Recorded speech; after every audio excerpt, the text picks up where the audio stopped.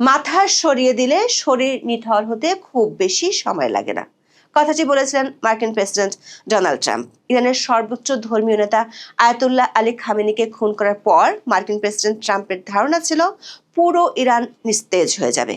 Khamenei ছাড়া Iran হয়ে পড়বে সাদ্দামবিহীন ইরাকের মতো। কিন্তু ট্রাম্প এখন বলছেন শেষ না দেখে ছাড়বেন না। বোঝা যাচ্ছে ইরানের যে বাস্তবতা সেটি ট্রাম্পের রেসলিং এর মাঠ নয়, বরং সেটি ট্রাম্পের ধারণার চেয়ে অনেক বেশি জটিল। ট্রাম্প ইরানিদের যে জন্য মুক্তির ক্ষণ উপহার দেওয়ার দাবি করেছিলেন সেখানে আরো বাড়ছে মিসাইলের স্ফুলিঙ্গ, সাথে যোগ হয়েছে হিজবুল্লাহর আক্রমণ, বাড়ছে সৌদি আরবের মতো মুসলিম মিত্রদের আতঙ্ক।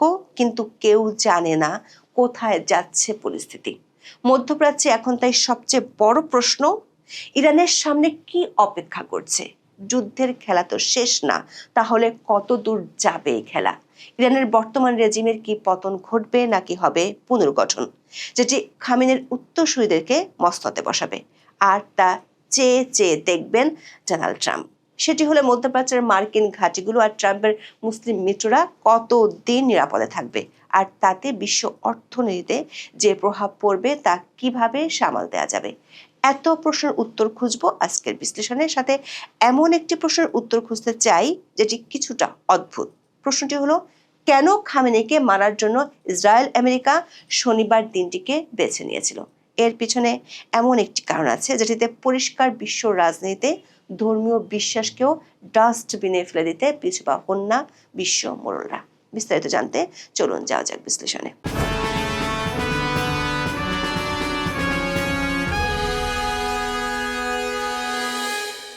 গত কয়েক সপ্তাহ ধরে ইরানে যুক্তরাষ্ট্রের হামলার আশঙ্কা ভেসে বেড়াচ্ছিল। শেষ পর্যন্ত সেই আশঙ্কা বাস্তবে রূপ নেয় 28শে ফেব্রুয়ারি শনিবার সকালে। সামরিক কৌশলগত দৃষ্টিকোণ থেকে বড় ধরনের আঘাত সাধারণত গভীর রাতে পরিচালিত হয়। অন্ধকার আড়াল দেয়, আকাশ প্রতিরক্ষা থাকে বিভ্রান্ত, তাই প্রতিক্রিয়া দেখাতে সময় লাগে। কিন্তু এবার ছিল ভিন্ন চিত্র। শনিবার সকালেই শুরু হয় ইরানের যুক্তরাষ্ট্র ও ইসরায়েলের যৌথ হামলা। কারণ সময় নয়, লক্ষ্য ছিল এখানে পরিষ্কার, ইরানি নেতৃত্বের সমাবেশকে এক আঘাতে বিচ্ছিন্ন করা, কমান্ড অ্যান্ড কন্ট্রোলকে অচল করা। এখানে দুটি প্রশ্ন উঠে আসে, কেন ঠিক শনিবারকে বেছে নেওয়া হলো হামলার জন্য, আর কিভাবে এই নিখুঁত হামলা পরিচালনা করে খামেনি সহ শীর্ষ ইরানি নেতাদের খুন করা হলো।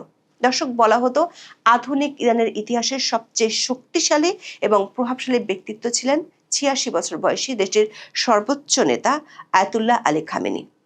1989 সালে আয়াতুল্লাহ রুহুল্লাহ খামেনির মৃত্যুর পর খামেনি যখন ইরানের হাল ধরেন, তখন থেকে তিনি দেশটিকে এক কঠোর প্রতিরক্ষা ব্যবস্থা এবং আঞ্চলিক প্রভাবের কেন্দ্রবিন্দুতে পরিণত করেছিলেন।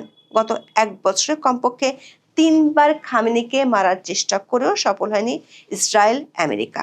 তবে এসব ঘটনার পর থেকে খামেনি ক্রমশ নিজেকে গুটিয়ে নিয়েছিলেন। বেশিরভাগ সময় কাটাতেন নিজের কম্পাউন্ডের সুরক্ষিত গভীর বাংকারে। খুব কমই তাকে বাইরে দেখা গেছে। অনেক কিছু হিসাব করে তিনি কাজের কৌশল আঁটতেন। যেমন শনিবার ছিল ইরানের শীর্ষ নেতাদের সাথে খামেনির বৈঠক। কেন শনিবার মিটিং ডেকেছিলেন খামেনি? কারণ খামেনি জানতেন ওই দিন হামলার কথা কেউ কল্পনাও করবে না। ইরানের এক কর্মকর্তা ফক্স নিউজকে জানান, 28শে ফেব্রুয়ারি ছিল শনিবার। মিটিং এর সময় ঠিক করা হয় রমজানের সকালে। ইহুদিদের কাছে দিনটি পরিচিত সাব্বাত হিসেবে। সাব্বাত কি? সাব্বাত হলো ইহুদিদের সাপ্তাহিক বিশ্রামের দিন। এদিন সাধারণত তারা রোজা রাখেন, ফলে এই দিনে ইসরায়েলের পক্ষ থেকে কোনো ধরনের সামরিক হামলার আশঙ্কা নেই বলে ধরে নিয়েছিল ইরান কর্তৃপক্ষ। কিন্তু ট্রাম্প আর নেতানিয়াহুর কাছে এটি হলো মোক্ষম ফাঁদ। তাদের কাছে ধর্ম পরে, আগে দরকার রক্ত আর জয়। ইসরায়েলের কর্মকর্তারা জানান, ইরানের বিরুদ্ধে যৌথ সামরিক অভিযানটি আরও পরে শুরু হওয়ার কথা ছিল, কিন্তু খামেনির বৈঠক আয়োজনের গোয়েন্দা তথ্য পেয়ে দ্রুত তা এগিয়ে আনা হয়। বিভিন্ন আন্তর্জাতিক গণমাধ্যম বলছে, ইসরায়েল ও যুক্তরাষ্ট্রের কাছে এমন গোয়েন্দা তথ্য ছিল যে ইরানের শীর্ষ নেতৃত্ব একত্রিত হয়েছে। নিউ ইয়র্ক টাইমসের প্রতিবেদনে বলা হয়েছে, দীর্ঘ কয়েক মাস ধরে সিআইএ অত্যন্ত সতর্কতার সাথে খামেনির গতিবিধি, দৈনন্দিন রুটিন এবং অবস্থানের উপর নজরদারি চালিয়ে আসছিল। সংশ্লিষ্ট কর্মকর্তাদের মতে গত বছরের 12 দিনের যুদ্ধের পর থেকে ইরানি নেতৃত্বের উপর গোয়েন্দা নজরদারি করার সক্ষমতা কয়েক গুণ বেড়ে যায়। সেই অভিজ্ঞতাকে কাজে লাগিয়ে সিআইএ নিশ্চিত হতে পেরেছিল যে শনিবার সকালে তেহরানের কেন্দ্রস্থলে অবস্থিত একটি সুরক্ষিত সরকারি কম্পাউন্ডে ইরানের শীর্ষ কর্মকর্তাদের একটি বিশেষ বৈঠক অনুষ্ঠিত হতে যাচ্ছে এবং সেখানে স্বয়ং সর্বোচ্চ নেতা উপস্থিত থাকবেন। গোয়েন্দা তথ্যের এই হাই ফিডেলিটি বা উচ্চ নির্ভরতা নিশ্চিত হওয়ার পর যুক্তরাষ্ট্র ও ইসরায়েল তাদের হামলার পূর্ব নির্ধারিত সময় পরিবর্তনের সিদ্ধান্ত নেয়। যুক্তরাষ্ট্রের সর্বোচ্চ নেতা, নিরাপত্তা উপদেষ্টা ও সামরিক শীর্ষ কর্মকর্তারা একই স্থানে উপস্থিত এমন সুযোগ অত্যন্ত বিরল। সেই মিটিং উইন্ডো নিশ্চিত হওয়ার পরে হামলার সময় এগিয়ে আনা হয় যুক্তরাষ্ট্র ও ইসরায়েলের পক্ষ থেকে। তেহরানের সর্বোচ্চ সুরক্ষিত এবং অত্যন্ত শক্তিশালী প্রতিরক্ষা ব্যবস্থা দ্বারা বেষ্টিত খামেনির কম্পাউন্ডে তখন আইআরজিসি কমান্ডার মোহাম্মদ পাকপুরের মতো শীর্ষ জেনারেলদের খামেনির ইনার সার্কেলে আলোচনা করছিলেন। ঠিক সেই মুহূর্তে কোনো প্রকার সতর্কবার্তা ছাড়াই আকাশ থেকে নেমে আসে বাংকার বাস্টার মিসাইল, যা কংক্রিটের কয়েক স্তরের সুরক্ষা ভেদ করে মাটির গভীরে গিয়ে বিস্ফোরিত হতে সক্ষম। হামলার মূল কৌশলটি ছিল খামেনিকে প্রথম আঘাতেই নিশ্চিহ্ন করা, যাতে তিনি কোনোভাবেই গোপন সুড়ঙ্গ বা ভূগর্ভস্থ বাংকারে আশ্রয় নেয়ার সুযোগ না পান। ইসরায়েলি F-35 স্টেলথ যুদ্ধবিমান এবং মার্কিন ড্রোন প্রযুক্তির সমন্বয়ে পরিচালিত এই হামলাটি ইরানের S-300 রাডার সিস্টেমকে পুরোপুরি অন্ধ করে দিয়েছিল।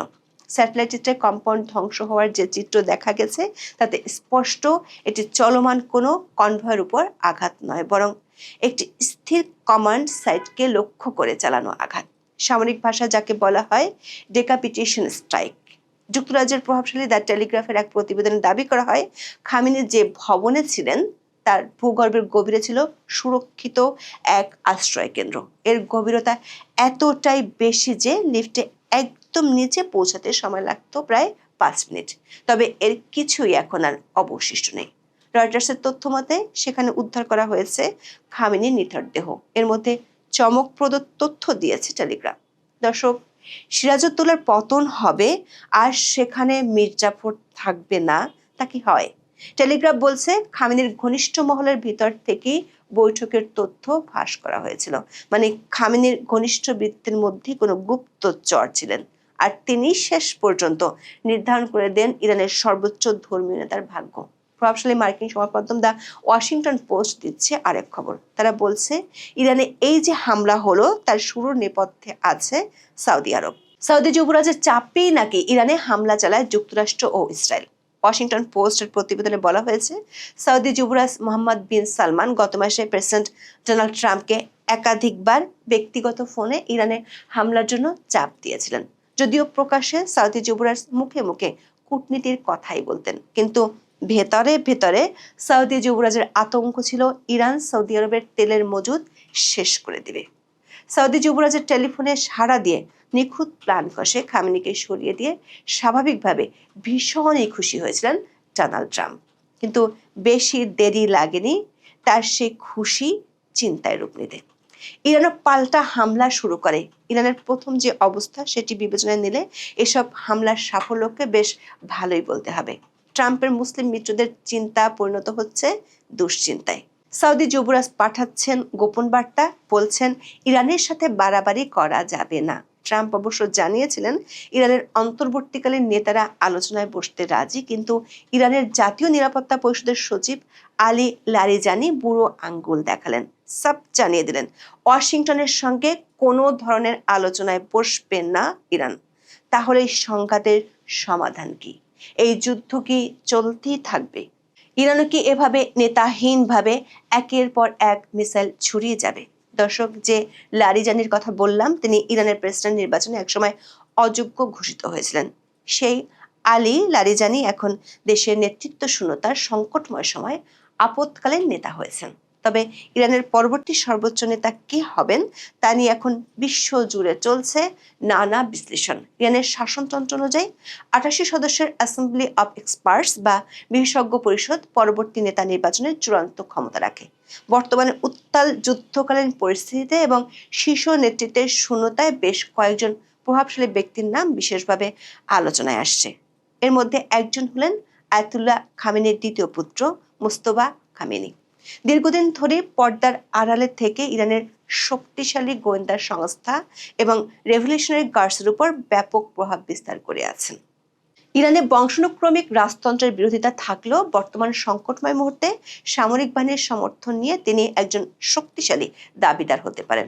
আছেন আয়াতুল্লাহ আলী রেজা আরফি, যিনি খামেনির অত্যন্ত আস্থাভাজন ছিলেন। ইরানের বর্তমান বিচার বিভাগের প্রধান গোলাম হুসেন মোহসেনি এজেই হতে পারেন নতুন নেতা।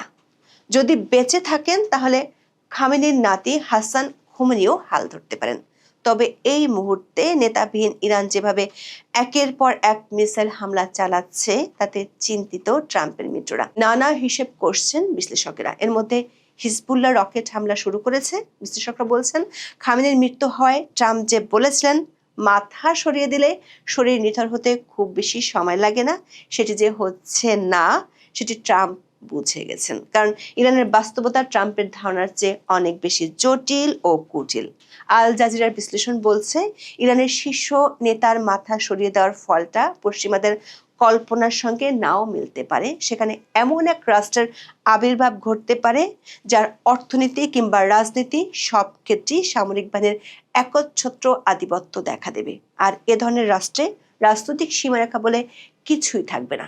খামেনির মৃত্যুর পরই সেখানে বিকল্প নেতা বসানোর হিসেব নিকাশ শুরু করে দিয়েছিল ট্রাম্প। সিবিএস নিউজকে দেওয়া সাক্ষাৎকারে মার্কিন প্রেসিডেন্ট বলেছিলেন খামেনির বিকল্প হিসেবে ভালো কিছু প্রার্থী আছেন, তবে কারা সেই প্রার্থী তা তিনি খোলাসা করেননি। কিন্তু বাস্তবতা ট্রাম্পের হিসেব নিকাশ থেকে অনেক দূরে আছে। সামরিক বিশ্লেষকরা সতর্ক করে দিয়ে বলেছেন শুধু বিমান হামলা চালিয়ে কিংবা শীর্ষ নেতাকে হত্যার মাধ্যমে একটা দেশের শাসন ব্যবস্থার পরিবর্তন ঘটানো যায়, ট্রাম্পের এমন ধারণা ভুল প্রমাণিত হতে পারে। যুক্তরাষ্ট্রের সাবেক প্রতিরক্ষা উপসহকারী সচিব মাইকেল মালরয় মনে করেন শুধু বিমান হামলার মাধ্যমে শাসন পরিবর্তন সম্ভব নয়। কথা বলার মতো যদি কেউ জীবিত থাকেন তাহলে বুঝতে হবে শাসন ব্যবস্থা এখনো বলবৎ আছে। দর্শক, যুক্তরাষ্ট্র ইসরায়েল যে হামলা চালাতে পারে সেটা ইরানও জানতো। তারা প্রায় 1.5 মাস ধরে সম্ভাব্য হামলার প্রস্তুতি নেওয়ার সময় পেয়েছে। গত বছরের জানুয়ারিতে যে হামলা হয়েছিল সেখান থেকেও তারা শিক্ষা নিয়েছে। এ কারণে ইরান জুড়ে ছোট ছোট যেসব সামরিক ইউনিট রয়েছে সেগুলো সদর দপ্তরের সরাসরি নির্দেশনা ছাড়াও যুদ্ধ চালিয়ে নিতে সক্ষম। শনিবার স্থানীয় সময় সকালে যুক্তরাষ্ট্র ইসরায়েল হামলা শুরুর ঘণ্টা তিনেকের মধ্যে পাল্টা হামলা চালায় ইরান। তারা ইসরায়েলের পাশাপাশি সৌদি আরব, কাতার, ওমান, বাহরাইন ও সংযুক্ত আরব আমিরাতও মার্কিন ঘাঁটিকে নিশানা বানিয়েছে। এটা ঠিক তেহরানের পক্ষে মার্কিন বা ইসরায়েলি বাহিনীকে পরাস্ত করা সম্ভব নয়, তবে ইরান যুদ্ধকে এমন পর্যায়ে নিয়ে যেতে পারে যেখানে তাদের প্রতিপক্ষই যুদ্ধের ইতি টানতে বাধ্য হবে। এখন ইরানের লক্ষ্য হলো পুরো অঞ্চলকে অস্থিতিশীল করে তুলে শত্রুপক্ষের যুদ্ধের খরচ সর্বোচ্চ পর্যায়ে নিয়ে যাওয়া। সেক্ষেত্রে তেহরান হরমুজ প্রণালী বন্ধ রাখা, ইরাকের হার্স আল শাবি কিংবা ইয়েমেনের হুথি বিদ্রোহীদের লেলিয়ে দেওয়ার মতো কৌশল নিতে যাচ্ছে ইরান। বিশ্লেষকরা বলছেন ইরানের শাসন ব্যবস্থার এই টিকে থাকার সক্ষমতার মূলে আছে দ্বৈত সামরিক কাঠামো। সেখানকার নিয়মিত সেনাবাহিনী আর্তেশ কেবল সরকারকে সুরক্ষা দেয় না, পাশাপাশি রয়েছে ইসলামিক রেভলিউশনারি গার্ড কর্পস বা আইআরজিসি। দর্শক, খামেনির মৃত্যুতে 40 দিনের রাষ্ট্রীয় শোক ঘোষণা করেছে ইরান। এই সিদ্ধান্তকে আদতে বিরোধীদের জন্য পাতা একটি ফাঁদ হিসেবে দেখছেন রাজনৈতিক সমাজবিজ্ঞানী সালেহ আল মুতাইনি। বলছেন এতে করে রাস্তাঘাটে লাখ লাখ শোকার্ত মানুষ পূর্ণ থাকবে, যা সরকারের জন্য মানব ঢাল হিসেবে কাজ করবে। ফলে সরকার বিরোধী আন্দোলন দানা বাঁধাটা কঠিন হয়ে পড়বে। এর মধ্যে একটি গুরুত্বপূর্ণ প্রশ্ন হলো যে পারমাণবিক সক্ষমতা ধ্বংসের জন্য ইসরায়েল যুক্তরাষ্ট্র খামেনিকে মারলো, সেই পারমাণবিক বোমা কি আদৌ ইরানের কাছে আছে এবং তারা কি তা ব্যবহার করবে, নাকি এটি সেই সাদ্দাম হোসেনের গল্পের মতো আরেকটি ফাঁকা বলি। আন্তর্জাতিক পরমাণু শক্তি সংস্থা বা আইএইএ এবং বিভিন্ন গোয়েন্দা সংস্থার তথ্য অনুযায়ী ইরানের কাছে বর্তমানে কোনো কার্যকর পারমাণবিক বোমা নেই, তবে তারা এর অত্যন্ত কাছে পৌঁছেছে। 2025 সালের জুন মাসের যুদ্ধের পর ইরানের অনেক পারমাণবিক স্থাপনা ধ্বংস হয়ে গিয়েছিল, কিন্তু ইরান দ্রুত তা পুনর্গঠন শুরু করেছে। তাদের কাছে বর্তমানে প্রায় 400 কেজি 60% সমৃদ্ধ ইউরেনিয়াম রয়েছে, যা অস্ত্র গ্রেডে 90% উন্নীত করতে মাত্র কয়েক সপ্তাহ সময় লাগবে। বিশ্লেষকদের মতে ইরান একটি পারমাণবিক ওয়ারহেড তৈরির কারিগরি জ্ঞান অর্জন করলেও তা ক্ষেপণাস্ত্রের মাথায় বসিয়ে নিখুঁতভাবে নিক্ষেপ করার সক্ষমতা অর্জন করতে আরও কয়েক বছর সময় লাগবে।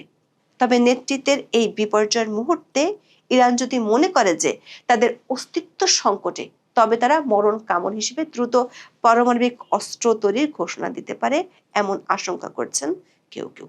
এখন এ পর্যন্ত। সবাই ভালো থাকুন, সুস্থ থাকুন, নিরাপদে থাকুন। দেখা হবে আগামী পর্বে।